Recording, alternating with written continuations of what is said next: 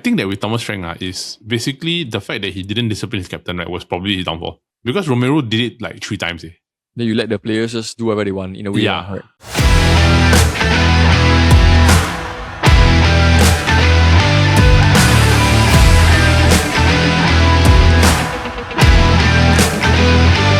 Hello everybody, welcome to another episode of the Football Kaki. I'm your host Alden, and I'm joined by my fellow Kaki bro, Paul. Paul, how are you doing, bro? I'm doing good, bro. Looking forward to the long weekend, bro. Okay, the somewhat long lah. Tomorrow there's somewhat long lah. I mean, I don't go back to work until Friday lah, but the moment I go back to work on Friday, right, it's just like the load is gonna come down very hard. So we just gotta enjoy first, bro. Right. Yeah, we just gotta enjoy. So to everybody, 新年快乐, Happy New Year to everybody, because by the time this episode comes out, it is the second day of Chinese New Year here in Singapore. Yeah. So for those of you who are celebrating, 恭喜发财, Happy New Year. I don't really know any other Chinese saying, so Paul, can you speak in the Chinese tradition? 恭喜发财，万事如意。红包拿来。红包拿来, yeah. That one the most important.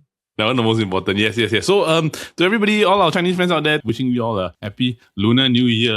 So I have a few things that I think came out this week that I found very interesting, right? Is that last week, in terms of video game, right, we were talking about GTA 6 having a release date, right? Yep. Now there's a John Wick video game. I have no idea about it. Will it be similar to like Max Payne or something? I don't know what. Okay, here's the thing, right? It can be very similar to Sleeping Dogs. Or like Max Payne, or like even like the fighting stuff could even be Spider-Man. Because John Wick, he does like knife work, gun work, and combat. So it could be any of those other things that we also not sure. But interesting, I'm not gonna see anything, right? Because it just come out of nowhere. The news just came out of nowhere. It just came out of nowhere. Like I think like they were just releasing it as one of the game announcements. Then suddenly everybody was like, "What's this? What's this?" Then you see Keanu Reeves like the photo. Speaking of Keanu Reeves, like bro, he was very active at the F1 testing. He was there for like all 3 days. But he's a big. He did do the Braun documentary. Oh yeah. That's correct. Yeah, so he's a very big like Formula 1 fan, right? I think he's a racing fan in general, because there was this video, right? You know, Dude Perfect. Yep. They were doing this thing where one of their guys, Cody, right? He's like training to do like a NASCAR race, right? Keanu Reeves was inside the race, and then the objective was finish above Keanu Reeves. Wow. I can't remember. That's pretty cool. Yeah, sure. Like you're racing Keanu Reeves on a track. It's like not bad. It's not F1, but it's still a stock car, so it's still quite interesting. Yeah, I think that's pretty cool.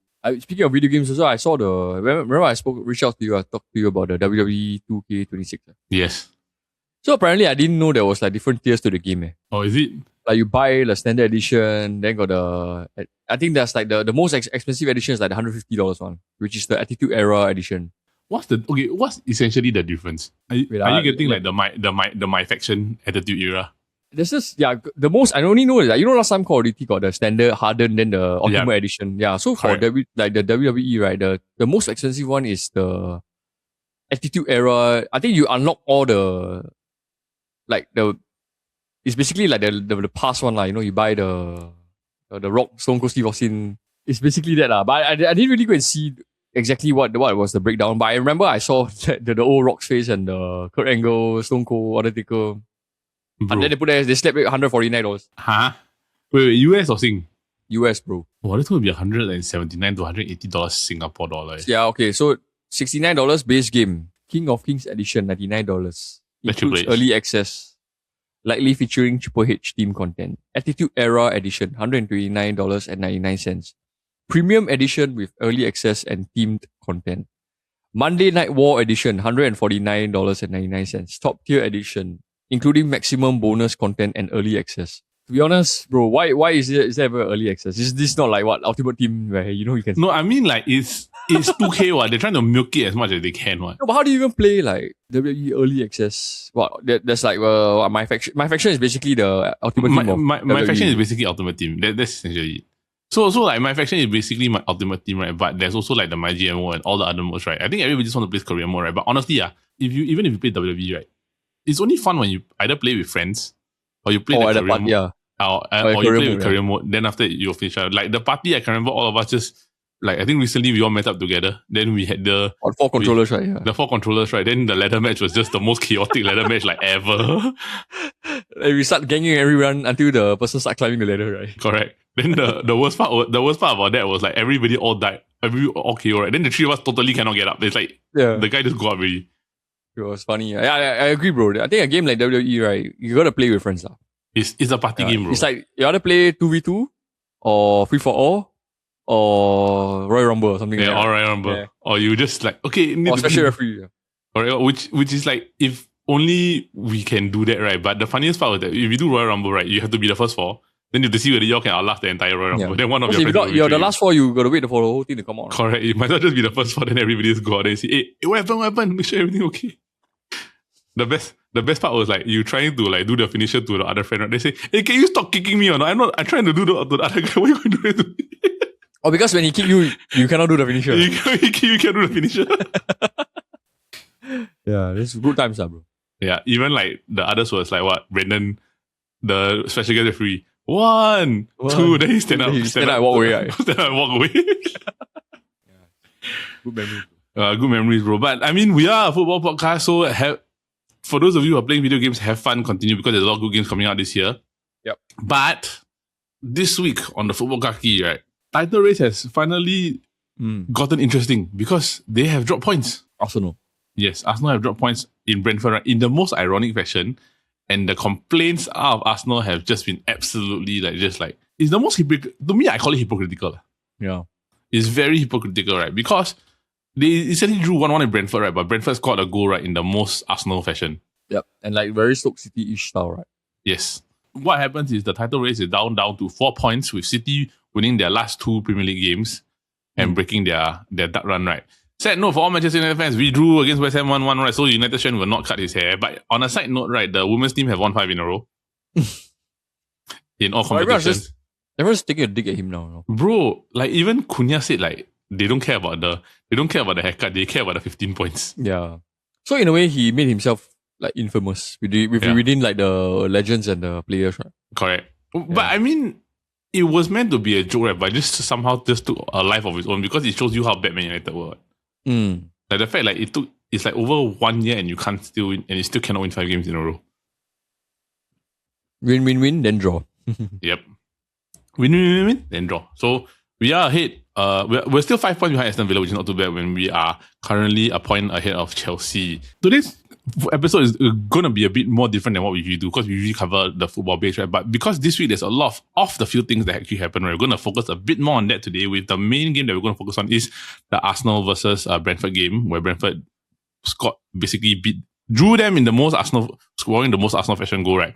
And then our match of the week to end of the episode will be, of course, the North London derby. So with that, bro, shall we begin with our what's going on for this week? So what is it? Now, before we get into today's episode, a special word from our sponsor. This week's episode of the Chit Chatter Podcast is brought to you by our amazing friends at Mandai Smoke Co, Singapore's go-to delivery-only smokehouse for Texas-style BBQ delivered straight to your door. They specialize in low and slow smoke meats like 12-hour smoked boneless beef short plate, juicy pork belly, and tender pulled pork, all with that bold, primal flavor from wood-fired pits. No shortcut. Sick of steamboat because you eat that all year round anyway? This is your sign to add Texas flair. Trade standard pork for smoked pork belly and roll into the new year with some boneless beef short plate right now with Mandai Smoke Co. They are open for island-wide delivery every Saturday and Sunday from 10:30 to 8:30 p.m. For CNY, they will be specially open for CNY Eve dinner, 初一 and 初二. Free delivery for orders above $150. Head to mandaismokeco.com now to check the menu and lock in your order. Once again, big thanks to Mandai Smoke Co for sponsoring this episode. Huada! And now, back to the episode. So the what's going on, right? I didn't even know about this until you told me like 2 days ago. It was the comments made by Sir Jim Ratcliffe. Yes. So basically, he did a very controversial interview lah. He said that UK is being colonized by foreigners, right? Yes. So that's why he feels that there's too many people. UK has become very expensive because of this influx of foreigners lah. But then, ironically, United is like majority of them are.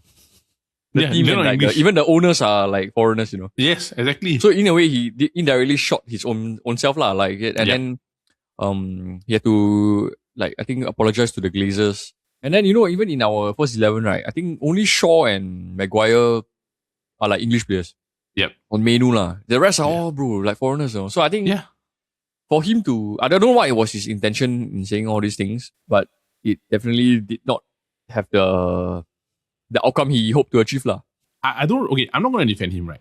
I look at it more like it was a question that basically he thought sounded, that he tried to give a answer to, that he was being honest lah. But just that. No, but the thing is, what is the intention?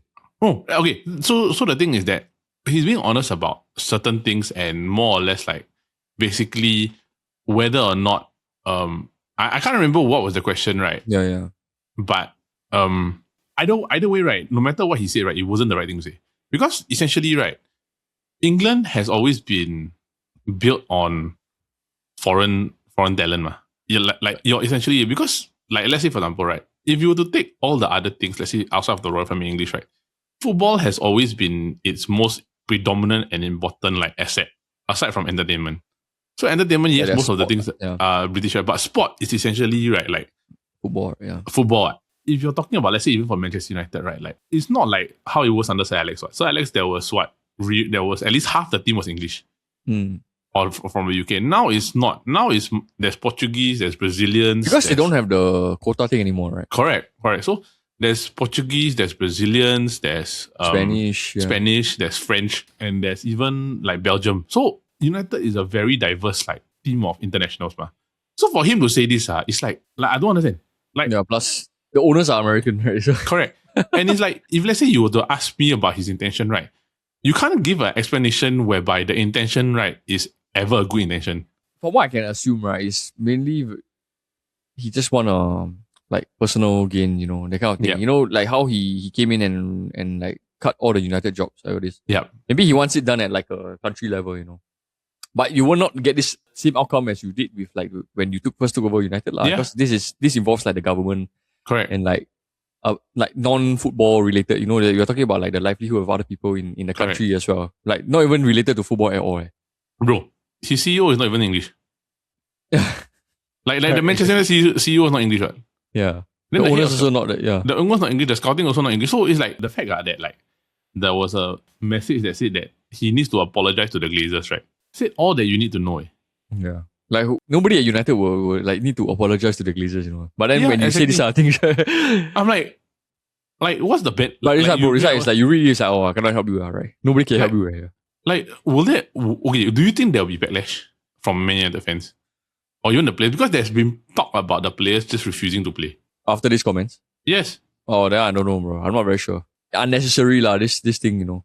It's like we were in a very, like, after we moved on from Amorim, right, we're still like in the like transition phase, right? The last thing we need is like all this unnecessary attention and distractions lah, you know. Yeah. But I wouldn't blame them lah. Like if like my boss say, you know, like hey, we actually don't really like foreigners, but I'm a foreign player, then of course I will be angry lah, you know. So what so it boils down to the question like, what does he exactly want? You want a full team of what, English players or what? English players or what? So if you want to play a full team of English players, to be fair, right, then just go to the England FA and then ask them to help invest in the England football team. Because I really don't know what was the issue. EPL clubs will never have a full English team already. Those days are gone already. Yeah. And then I think, honestly, I from my own opinion, I think, how do I say, it's like basically, you know, this kind of chit chat is basically what you live at home when you talk among your friends, this kind of thing. Like mini rants about your country and everything, but you don't do it publicly in an interview, you know. Yeah, exactly. This type of conversations should be like in the comfort of your own home, you know, closed doors, all this lah. Like, I mean, where you can freely express, like you don't do this in front of the TV and everything. And it says a lot, like I think because he doesn't even stay in England, right? Yep. That one I'm not very sure. Yeah, I think he's residing in Monaco or something. So it's just to avoid like tax. Yeah, so from his approach, you can tell everything is about money, bro. Money. So the fact that he said that since there's so many people in UK, everything has become more expensive, you know. He is like really the businessman thing lah. Everything is about the dollar sign, you know. Yep. Agreed. Like, and the worst part about this, right, is that Michael Carrick has to address the team. There are notes that saying Michael Carrick has to address the team based on what his comments were, right? Like, to be honest, Frank, you don't pin that on the manager. Like, you should come down and talk to everybody in person. Because you had to be responsible enough to own up to your mistakes. Yes, he apologized in public, right? But a public apology, anybody can do it, right? Yep. For the image, right? Yeah, for his own image, right? But seriously, like, if anything dumber that can happen at Man United, this is something that is just totally like, this is dumber than dumb. Yeah. This could be the one way to lose like your stakes in Man United. You know? Correct, exactly. Yeah. Usually comments like this, I can get a owner kicked out. Bro, if he's a player who did that, he should get He's sacked. gone already. Yeah, correct. He's gone already. Just that now the difference is that this is a billionaire. Yeah, and whether or not the Glazers will do anything about it, which I don't think they will, right? The problem, because it means that they have to go and settle football operations again, which is what they Yeah, want. which is not what they want, you know. Because they like we talked about this before, like all they want is just basically to get the dividends, to get the they money. Want a deflector, right? Yeah. Yeah, Someone they want a deflector, to be right? accountable for the football operations. Correct. So basically, I'm the one that I supply you the money, you go and take charge of the thing. If anything happens, that's on you, that's not on me. That's basically the Glazers MO. But we'll see what happens, right? If let's say this next weekend when there's the match, right? The match, right? Then we will see basically whether they perform, right? But we are back to square one. So moving on, let's talk about Arsenal and Brentford. Brentford drew Arsenal 1-1 away. But the irony about this, right, is that the way that Brentford scored is the most Arsenal way of scoring a goal in previous recollection, right? And David Raya complained about the defenders in front of him, pushing him. Yeah, impeding him and everything. Yeah. And we're going to take a quick break in the podcast to thank our friends at City Music, one of Singapore's true pioneer in the music space. City Music has long been known as a go-to destination for musical instruments, but they've also been making big headway in audio and video equipment, especially for creators and podcasters. From guitars and pianos to audio interfaces, microphones, and even video recording equipment, City Music is true one-stop shop for everything music and content creation related, with options for every budget. In fact, the audio you're hearing right now is recorded using the Zoom ZD-M1 mic, an amazing broadcast-style microphone that delivers professional quality sound on par with other big-name podcast mics, but at nearly half the price. It's proof that you don't have to overspend to sound great. A huge thank you to our friends at CD Music for being a pioneer in the music space and for making sure creators, musicians, and podcasters always have the right equipment for whatever budget and setup they want. City Music, powering your sound, your music, and your content. Let's just talk about this, right? Like, bro, like, what are your thoughts? Because I'm sure you have something to say about like David Raya complaining and then they're not being happy about getting pushed around. It's only convenient when it's when you're doing it you know. Yeah. When it's being done against you and suddenly it's not fair, you know, it's against the rules. I'm at a disadvantage. So yeah, I don't know why they are complaining. I don't know why he's complaining when like his team they have been doing like 90% of the season. Yes. So maybe finally a team like Brentford decided to stand up to them and play the same way they have been playing. And the Brentford players are physical, bro. Yeah. And of all people, they go and do it to the same team.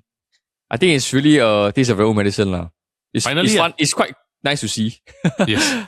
Yeah, as a football fan, but yeah, to them, they have to rely on complaints and like looking to the referee rather than to win the game on their own merit, then I don't know, bro. The worst part about this, right, is that this has happened for more than 2 years already. Maybe this is the new blueprint against them, you know. Yeah, it's like, okay, you want to play the game, I can play the game too. So it basically, right, like, I think this is funny because in my opinion, and I'll see whether you think the same, right, it's like, if they do this to Arsenal complains, the FA puts a rule in, right, that this cannot be done, right, then basically Arsenal lose their MO already. Mm-hmm. Like, basically your whole game plan is out the door, right? You're not going to score they're not going to score open play goals, and they're not going to score as many goals because of set pieces. And it's crazy, you know, it's like, they have to rely on their defenders to score, which is like Gabriel, you know, and then they don't have Saliba, then they are like so out of it.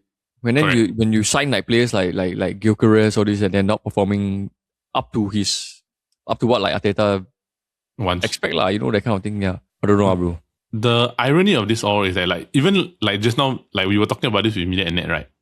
Like, Mo Salah has 4 goals and 6 assists in 18 games, and that is better than Saka. Bro, you just be careful when you talk about Saka to Arsenal fans. Bro, they think like he's like the Bro, I'm sorry, Bro, guys. they think he's like the Henry level kind of legend, you know. Bro, I'm sorry, guys. Like, you're slender us, right, for complaining about the fact that Marcus Rashford only scores on every 7 goals in the past. On every 7 goals in the past, I don't know how many seasons, right? Saka only got 4 this year, guys. Bro, And they say, Saka not even 10 goals in 2 years. Yeah. And you're saying like, oh, the assist is great, everything. Saka only got 3 assists, guys. They talk about him as if he's like some generational talent, that kind of thing, you know. Bro, I think even like Dwight McNeil is also better than him, yeah. Bro, Harry Wilson better than him. Yeah, Harry Wilson, yeah. No, Harry Wilson, Exactly. right? And like, Even and like Trossard, I feel is better, yeah. Trossard is better than him, right? Like, and if you want to say, right, like, Saka's technically supposed to be in his prime, right? Ryan Giggs at his older age, right, had a better season than this. Ryan Giggs was like, what, 34, 35? I mean, these are the same people that said they won't trade Martinelli for Mbappe, lah. Right? No words, bro. No words. Speaking of Martinelli, he should have scored. Where is he now? He should have scored the one-on-one, bro. This is what I mean. Like, you don't have guys that finish. Okay, like, Man United, when we play against West Ham, we weren't very good, right? But the Sesko finish is like, okay, only a top tier striker can kind of like get that type of finish out of nowhere, bro. Bro, that was, the goal was like, Like, you also have to comprehend a bit how the heck did he score that one. And it's not those type of like, oh, it's a screamer. It's just like, he just dinked it on the foot, dinked it, then he just toe tapped, then the ball just flew into the net. So it's like, okay, but with Gyokeres, there's no supply. There's no direction. He's not being played in a way that he should be played, which is how he was at Sporting Lisbon, right? And you're expecting your wingers to produce more goals for the team than a striker. Bro, don't even get me started on like Eze also, you know. Yet another game, right? Subbed out at halftime, man. I don't know, bro. So I don't understand. What exactly is the issue? No, that's why. Are these players the profile that the Arsenal management want, or is it the players that Arteta wants, but Arteta doesn't know how to get the best out of him? I think in the moment where he choose to buy them, right, he definitely has plans for them. I think he hit and miss a few. I think the definitely hit ones are like Rice, maybe Zubimendi, right? Correct. But the miss are like Havertz, Eze. No, okay. You can even argue like Gyokeres also. Is Eze a miss considering the fact that Odegaard is still playing? For $68 million, right? Is he just going to be a glorified sub? And not to mention, Havertz was around the same price, like 65 million. Okay, but like you said, like your feeling that Havertz is a false footballer, lah. It's not a false nine, yeah, it's a false. But okay, like if you do, the thing is, let's say even if you look at this, he's playing in a position whereby I find with Eze, right, he's not in a 4-2-3-1. He's neither is he playing on the wing in a 4-3-3. So like he's not a midfielder, because the thing is essentially, right, when you play 4-3-3, like especially if you're holding, right, you're playing essentially 2 number 8 and 1 number 6, right? So it's neither his good position. So you're asking him to learn a position that he's not familiar with, right? And then do double the defensive duties, when essentially, right, if you just throw him on the left side or throw him on the right ahead of like Trossard or even Saka Madueke, right? Wouldn't that solve your problem? I don't understand, bro. I really don't lah. Like, is his player selection not good, or is he just doesn't know how to utilize the players in his system? I think in a way he's very peculiar in a certain way. Like, he don't buy players that you know Arsenal fans would really want him to go and buy. Yeah. Like, I think they wanted him to buy like Cunha. Remember? Before Cunha went to United, they wanted him to get him. Then he wanted to buy. Okay, Eze was one of them. I think they wanted Eze very much. Gyokeres also only arrived like in September, like July, August, like that. Yeah, but okay, I feel, yeah. But the Gyokeres one was because they just wanted to get a striker, right? Yeah. To get a striker ahead of Man United. Yeah, if not, it was, I think they were trying for Isak also, but he was already going to Liverpool. Yeah. So for Arteta, I feel, right, he hits more towards the midfielders like Rice, Zubimendi, or this. I think, and maybe even Marino. So I think that's where he excels, because he was himself. A midfielder, man. No one's exactly what it takes to be a midfielder. But you see now that they buy Gyokeres, right, it's like it's as good as they shouldn't have bought him at all. You know, that kind of thing. Yeah, because there's no difference. There's no difference. They're only scoring like 4-5 goals, where I think like even Gabriel Jesus can do that. Yeah, then you could have reinvested the money in like maybe, I don't know, like a proper camp, you know. Yep. Or is it the system where Arsenal cannot play with a striker, or they want, like you said, they want like a Firmino kind of player? I think they want a Firmino profile type player, but the only problem is that the Firmino type player, right, doesn't exist, or he doesn't want to be at Arsenal. So like let's say example would be like maybe okay, let's say for example, right, Cole Palmer can play in that false nine. Like false nine, right? False nine. And Buemo and Cunha can play in that false nine. Yeah. They can play in that false nine. So like all these players, like even Ekatike can kind of do both also. So it's or like Alvarez. Yeah.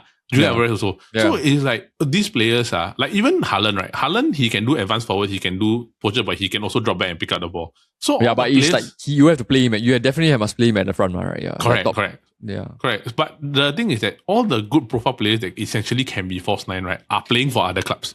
So they, in a way, no choice lah. They just have to buy a top, all striker. Correct. Right? So the thing was that maybe why couldn't they have just maybe do striker by committee rather than spending all that money on Gyokeres, right? Because the same money, the same price they bought Gyokeres, they could have got Cunha, right? Yeah. Around 60, yeah. They could have got that profile-ish type player, ma. Yeah. Or even they could have got like from Fulham, who's the striker? The Mexico one? The Jimenez, right? They could have gotten Jimenez and maybe one more, right? Then they do striker by committee lah. Yeah. Because essentially now, right, if Gyokeres is not firing, you got no striker. I mean, they're still like playing Gabriel Jesus, that kind of thing, you know, right? But I mean, Gabriel Jesus is Gabriel Jesus. Like he's hot for like maybe two months. Then after he just derails. Yeah. So I think it's quite alarming the fact that their top scorer, right, it's not even like it's not even him. Okay, maybe after the last game, yes lah, but not like for I think prior to last week, the top scorer was the own goals, right? Own goals, right? Yeah, which is crazy lah. So okay, he's gotten. Okay, yeah, now he's the top scorer for Arsenal now, which is 8 goals lah. But it's like the same amount of goals as Enzo Fernandez. Yeah, no. So like let's say for example, right? Like okay, Sesko, I can if you want to compare to Sesko, can fine, but Sesko doesn't start as many games as Gyokeres. And that's why we have play like Mbeumo lah. Right? Correct. So the thing is that if let's say you're comparing 24 games to 8 goals, right? That's 1 in 3. Which if let's say you were to divide by 3, it means that if let's say you're talking about a 3-game, like a 38-game season, you're looking at maybe 16 goals a season. And that's like that's like inflating, right? And that's inflating. That's minimum. That's not good, Yeah. So and like Sesko's got what set? Like I think 5 or 6 goals for Man United, or maybe 7. So when you're looking at that, right? Sesko's played lesser games, but he's also reached about the same number of goal tally, right? And he started lesser. So is there really a huge difference between the two of them at this point? And plus, remember, Sesko's a lot younger than Gyokeres.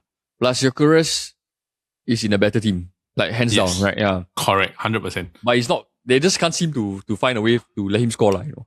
Correct. So I mean, let's just see where this goes, because they're going to play Wolves on Thursday, and then they're going to play they're going to play Spurs with a new manager in the following game lah. So if they should beat Wolves, I think they should beat Spurs, but unless some miracle happens, right, and they don't, then the title risk will flip. Or if they don't beat Spurs, City will be breathing down. City is already breathing down the neck. City is already breathing down the neck, bro. Okay, honestly, bro, it's like from the time 2 weeks ago and now, right, we say it was like more or less over already, remember? It changed already, Yeah, it changed. Now, 4-point gap, we're only like, 26, So there's still like 12 solid games. A 4-point gap is nowhere near safe, you know. And then City is playing Newcastle, Leeds, Forest, West Ham, and Crystal Palace in the next 5. But if you were to go to Arsenal is Wolves. Then it's basically Arsenal is Wolves, Spurs, Chelsea, Brighton, Everton. Their next 5 is harder than City. Yep. So you never know, bro. You lose 2 already, and City win all, you are GG. You are GG already. Yeah. I think, and the best part is I think Arsenal still must play City. Yeah, they have to play City. So they both of them will still play each other, and then they have to play City and City, right? And then that time we will see how is it really. Yeah, correct. And they have to play Villa also. Arsenal has to play Villa. City has to play Villa. Oh, okay lah. Yeah, then we see how. By no means is any easy stroll in the park to the finish line, bro. Yeah. Nope. No way. Arsenal have to play Newcastle, Fulham, Crystal Palace also, Burnley. So their running is harder, I feel. Arsenal's running is harder. Whereas City is just like, I just gotta wait for my next wait for them to drop, right? Wait for them to drop. But like I said, if Arsenal don't win this year, they'll never win it. Yeah, but moving on to another portion of North London. After months of debate and outcry from a lot of people to the point where even expressions had nothing else to say that he said this is the worst Spurs team ever. Thomas Frank has finally gotten sacked. About time, bro. Yeah, and the best part is, right, Postecoglu did the overlap interview. The interview came out 1-2 days later, right? 1-2 days later, bro, like within the same field, right? And like you saw the comments Postecoglu said, right? I saw.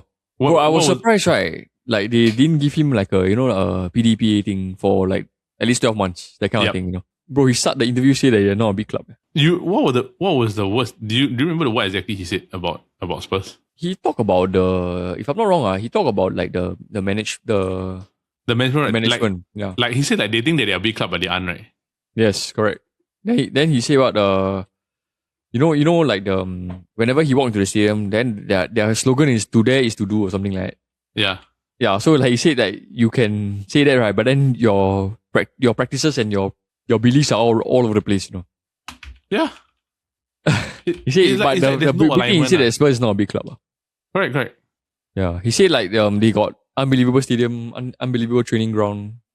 But then when you look at the way they spend money, right? They like the wage. He talked about the wage structure one. Correct. Like he said that when they fight to buy players, right, they are not even competitive with the other teams. Yeah, because they're not even like in the same market. Yeah, correct. And then he said he wanted to buy like Pedro Neto, Mbuemo, Semenyo, Mark Gray, all this, right? Yeah. But then he only got like Dominic Solanke and like 3 academy players. I think I read out a bit. He said that they built an unbelievable stadium, unbelievable training facility, but when you look at expenditure, particularly in the wage structure, right, they're not a big club. Like when you say like he was looking at Pedro Neto and all these players, right, and then he said that I feel like Tottenham as a club, we are saying we are one of the biggest, but the reality is I don't think they are in terms of experience over the last 2 years. When Arsenal need players to spend 100 million, I don't see Tottenham doing that. So essentially, right, what he's been saying, right, is what all of us have known for years, is that they are so stingy with the money that because of this mentality, right, they will never ever be good enough. Like a big club, yeah. No, it's like when you choose to spend the money, right, the manager's gone already. Yeah, it's like when you sack Conte, you put Mourinho, right? Or was it Mourinho first and Conte? It was Conte first, right? I can't remember who was it. Was it Conte or was it Mourinho, right? But either way, right, the fact that you fumble both Conte and Mourinho really says something about you already. Yeah. Which clubs can say they have Mourinho and Conte? And maybe only Chelsea lah. Only Chelsea, yeah. And both failed. And both like quit or like you sack them at the wrong time. That kind Correct. Of thing. Like it doesn't make sense because Conte won the EPL, and so did Mourinho at Chelsea. Yeah. Mourinho was already at the cup final already. Then you sack him one day before. Yeah. So he could have gotten you a trophy, right? Yeah, but they didn't. And then you Postecoglu won you the Europa final, and you sack him. So where exactly was the direction and but to be honest, this year's Spurs it's one of the worst I've ever seen. And I don't think it's a Thomas Frank thing. It's a management problem. The mentality, yeah. Yeah. Like there's nothing that he could do, right? But it's just that Thomas Frank just kena the butt end of the situation, right? And he was too, like, I won't say botak. I will say that he's just, how you put it? Like this Thomas Frank sacking. Like what was it about his personality that he did at Brentford that couldn't work at Spurs? If you're doing well in a mid-table club, that doesn't mean you're automatically better in a bigger club. You get what I mean? But is Spurs really a bigger club? I mean, yes, in terms of resources and like stadium, size of the club, but actual performance, I don't think they are that far off. Yep. As compared to Brentford, Yep. Agreed. Yeah, but yeah, I don't know how to say, bro. But there's too many things that are going wrong that you really find it hard to pinpoint where exactly is the problem. But that's why we all start from the top, right? Correct. Everyone can see is the management problem. But this Thomas Frank also sometimes a bit too ambitious, I feel. Like he protects the players a bit too much when there's really no performance on the pitch. Yep. And then like the incident with the Romero, that one should have dropped him for that game. I feel. Yeah. You shouldn't have let him play. Yeah. I think it's with Thomas Frank, right? Okay, I feel that with Thomas Frank, like let's just talk a bit about him before we move on to Sean Dyche and we move on to the other things, right? I think that with Thomas Frank is basically the fact that he didn't discipline his captain, right, was probably his downfall. Because Romero did it like 3 times. Then you let the players just do whatever they want in a way. Yeah. Right? It's like you're not managing like players at academy level or academy level or like Brentford level, where in a sense where like the players they're not superstars, but they are like maybe premier countries stars for like a certain country, right? Romero, right, is a World Cup winner and captain of Tottenham Hotspur. That's it. That is a very big climb. So like if he doesn't manage his captain, right, and like basically a player who has probably maybe the most decorated in the Spurs team actually leads you into a situation where like basically think the world you can't manage them. It's like Graham Potter at the time. So like you need to have like the respect from the players. Yes. Yeah. Basically the way that he handled that, I think it lost the dressing room. Yeah. Plus, I don't know why his style of football couldn't work at Spurs when he was at Brentford, it was actually quite menacing. Yep. Yeah, we lost to them, I think, quite a few times. So, I mean, let's just see what happens. So, FYI, this was the manager that some United fans wanted. So, lucky in a way we... I think... maybe let's see. I don't really have much to think. But I think he could end up being the same boat as like Nuno or like... Graham Potter, David Moyes, right? They'll come back somehow, right? But they'll never manage a big club again. Like maybe a mid-tier club. Yeah, mid-table club, but he will never manage a big club again. I think that's where it's going to happen, right? But speaking of which, right, could he go to Nottingham Forest because Sean Dyche got sacked? Bro, the Nottingham Forest, the biggest issue is the owner. Yep. Yeah, I think that one is the biggest hurdle. I don't know if you can fumble someone like Nuno, who did so well for you, right? Who was doing so well for you, and then you put your ego, like you prioritize your ego over anything else. Yeah, I don't know, bro. He's one of the owners that I see that he's really, really on the ground, but a bit too much, I feel at times. You know, he always like at the end of shaking the players' hands, and every game, you don't see like the other clubs doing that. I mean, yes, you want to be involved, right? But I think it's a bit too much sometimes. Do you ever think that they regret sacking Nuno? I'm pretty sure the fans are upset about that, but it's just you can't decide what your owner said, right? When I think about the Nottingham Forest owner, he won't regret anything, man, for sure. But he gives me the vibe. No, it's like the arrogance to a point where like the guy nearly got you into the Champions League, right? And then now you're 17 because you sacked him. Yeah. Bottom line can be relegated soon, right? Yeah. Could be relegated or you reject down soon, right? Yeah. Yeah. So like what exactly just caused this? I don't really know, right? But the team is on a downhill trajectory to a point where like they're fighting with West Ham for relegation. If they get relegated, right, bro, that's the biggest fumble in like ever. Not wrong. You were on the borderline of like Champions League football. And then you let your ego get away. Right? And now you're on the borderline of relegation. All because you sacked him because he didn't give you the European football. And you were expecting Sean Dyche to get you that. Yeah. Yeah, that's why you see we won't know who they hire now. But I think there's a lot of teams that are like available, managers are available, right? Yeah. Spurs, Man Utd, Nottingham. Yeah, we'll see lah. We'll see. I think if Man Utd should hire Sean Dyche, right, like bro, I'm just gonna throw in the towel lah. Like there's no point. There's absolutely no point. Yeah, no point. Yeah, I think with that, right, I think the Spurs one and the Nottingham Forest, right, both 16 and 17, right, it's not really a shock to anybody. Yep. It's just that you're wondering just what the heck took them so long, especially Spurs with Thomas Frank. Yeah. So moving on, let's just monitor the situation, right? Do you know who's taking over at Spurs? No idea yet, bro. I think they haven't announced, I think. Is it interim or? Igor Tudor will be interim manager until the end of season. Igor Tudor. Okay, no idea who's that. Former coach at Lazio and Juve. There are also rumors that Pochettino could be coming back to Spurs, but let's just leave that for another time. I'm not gonna even think about that door. it. Yeah. I don't want to open that door. So, moving on, match of the week, basically Spurs versus Arsenal. What can I say? I think in a way, the Thomas Frank getting sacked can be a good thing. It can be a good thing bad for the Spurs players. Yeah, yeah. It could be. Yeah, because even if they lose, right, then it'd be like, because there are so many uncertainties about the manager. Yeah. But hopefully, there's a new manager bounce for these players, lah. Correct. So I think let's just take a look and let's just see what happens, right? But I don't have much to say, right? Because if Arsenal don't win, right, it's like basically, right, from now until the end, right, any game involving Arsenal has to win. Oh yeah, bro, for sure. If not, City will just... Correct. And this is the worst Spurs team in a long time. So essentially, if they don't do anything, if they don't beat this Spurs team, right, there's literally no point in us saying that they should win the title. Yeah. So let's see. So predictions? Arsenal winner, bro. Arsenal winner. Yeah, Okay, is it away or home or is it away? Away, yeah. Is away. I think it's at Yeah, I it's think at Arsenal Tottenham Hotspur. should win this game. Yep. But okay lah. Arsenal 2-0 lah.